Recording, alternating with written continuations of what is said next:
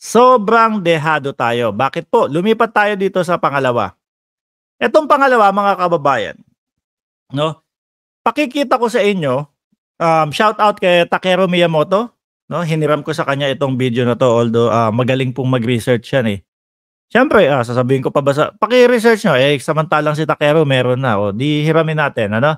Ito ipapakita ko po sa inyo, mga kababayan, kung ano na po ang itsura ng BRP Sierra Madre. Etong BRP Sierra Madre, no? Ayan. Tawang at nanganganib na tuluyang lumubog.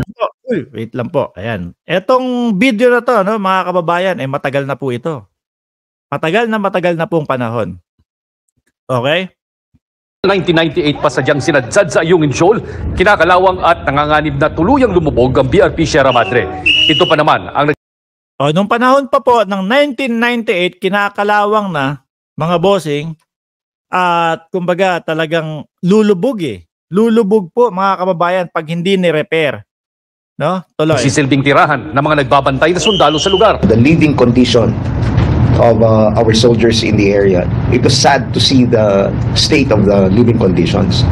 So we're trying to improve that, but by making sure that they have at least decent sleeping facilities, decent dining facilities, internet. We can just do superficial repairs on it. May mga construction material na rin daw na hinahatid doon para ayusin ang mga nasirang bahagi ng barko, mga material na dati nang sinabi ng China na haharangin nila. So yan po, mga kababayan, 'di ba, yung mga materyales na kumbaga, bakit kailangan harangin? Barko namin 'to, gagawin lang namin yung barko namin. Pinayagan nyo o nandito agreement natin na ilagay yung barko namin diyan, yan yung magsisilbi, mga kababayan, no, na representative ng Pilipinas. Mga bossing, yaan po, no? So bilang ating Pangulo ng Pilipinas, mga bossing, kailangan pangalagaan po yan. Although talagang wala na kalakalawang na, mga bossing, pero kung kaya pang i-repair, i-repair. Ayan, narinig ko doon sa isang interview ni Malutikya, sabi niya, ano ba naman yung magpaalam tayo, ipasok yung pang-repair ng barko. Mga boss, saglit lang. Barko natin yun eh. At the same time, mga kababayan, kumbaga naipanalo natin yung West Philippine Sea, mga bossing. No? Tapos, kailangan magpaalam tayo para i-repair yung ating barko. So, sa madaling salita po, mga kababayan, ultimo sila, no? Ano yun alam, kung hindi ako nagkakamali, profesora ba yun? Paki-type nyo na lang kung ano yung pinakatitulo niya. So sa madaling salita po, mga kababayan, ultimo sila, para uma-agree sila na tubig at pagkain lang ang ipapasok doon. Samantalang ito, mismong barko natin, mga bossing. Di po ba? So ngayon, pumunta tayo dito sa karagdagang impormasyon. Ang lalim, karagdagang impormasyon. Ito po. Ayan. The rapid deteriorating BRP Sierra Madre and the complex web of South China Sea deteriorating. Unti-unting pagtunaw, unti-unting pagkasira ng Sierra Madre. So dito din po, galing din po kay Takeru, hiniram na natin, mga kababayan, dahil sabi ko, mamaya flight ko na. hindi na kayang mag-research ng In 1999, the Philippines intentionally grounded, which is ito yung sinabi din ni General Bronner, the BRP Sierra Madre, a World War II era ship of the Second Thomas Shoal in the South China Sea to establish the permanent presence there. Permanente na kumbaga, yun nga, yung sinasabi ko, representative natin, no, sa West Philippine Sea. The ship has since served as a base for a small contingent of Filipino Marines stationed on the shoal. However, as the ship is rapidly deteriorating due to the rust and holes in its shell, tension have escalated between the Philippines and China over the contested shoal. Ayan na lang po. So dito, asan pa yung isa?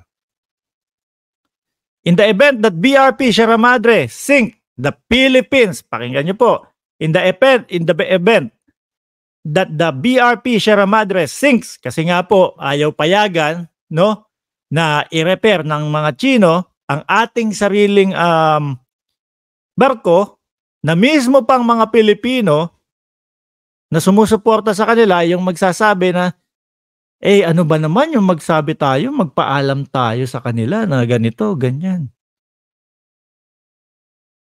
Barko natin, pag-aari natin, ire-repair natin, tas magpapaalam sa ibang lahi. The Philippines could lose the foothold on the second Thomas Shoal, potentially allowing China to establish its presence more firmly in the area. This could have significant implication for regional stability and the ongoing territorial dispute in the South China Sea. Ayan po mga bossing. No? So tama nga po naman, kapag wala na tayong barko doon, lumubog na dahil sa mga butas, dahil sa mga kalawang, mga kababayan, malaya na pong magagawa ng mga Chino kung ano yung mga gusto nila. Sa tingin nyo po ba kapag nangyari yung paglubog niyan at hindi na tuluyang matirhan ng ating mga Marines,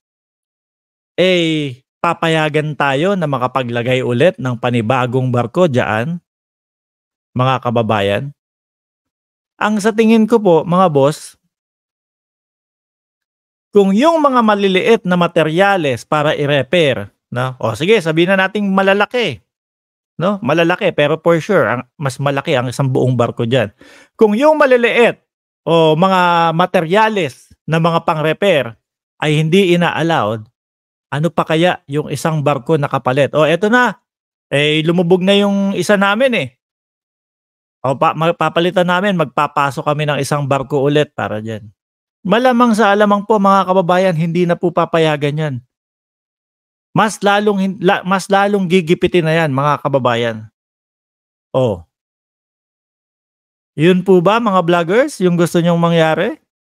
Tapos sasabihin nyo, bulok-bulok na naman yan pamigay na yan. Ipamigay na lang yan, ganito, ganyan. Wait. Parang ipinamigay nyo na ang West Philippine Sea sa China. Tama po ako o mali sila, mga kababayan? Nakakalungkot isipin, no?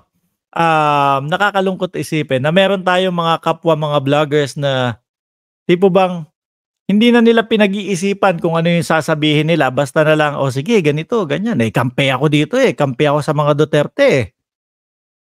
Mali po, no? Huwag niyong sabihin na kayo ay para sa Pilipinas, na kayo ay para sa Pilipino, kung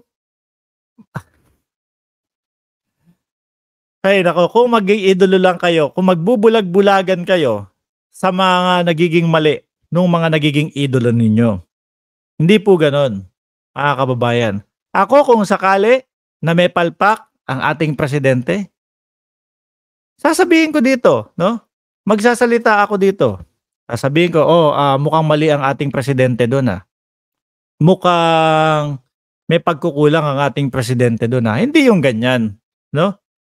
Kahit na magtutwist na kayo, kahit kung ano niya yung sabihin ninyo, para lang maidepensa, sa totoo lang, hirap na hirap po kayo, lalo na si Maharlika.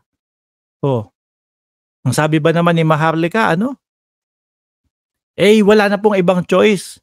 Kung di yun na lang po, kundi magkakagera. No? Masyado nang mataas ang tensyon. So ngayon, hindi nila na-realize na yung mga naging desisyon po pala nila, mga kababayan, no?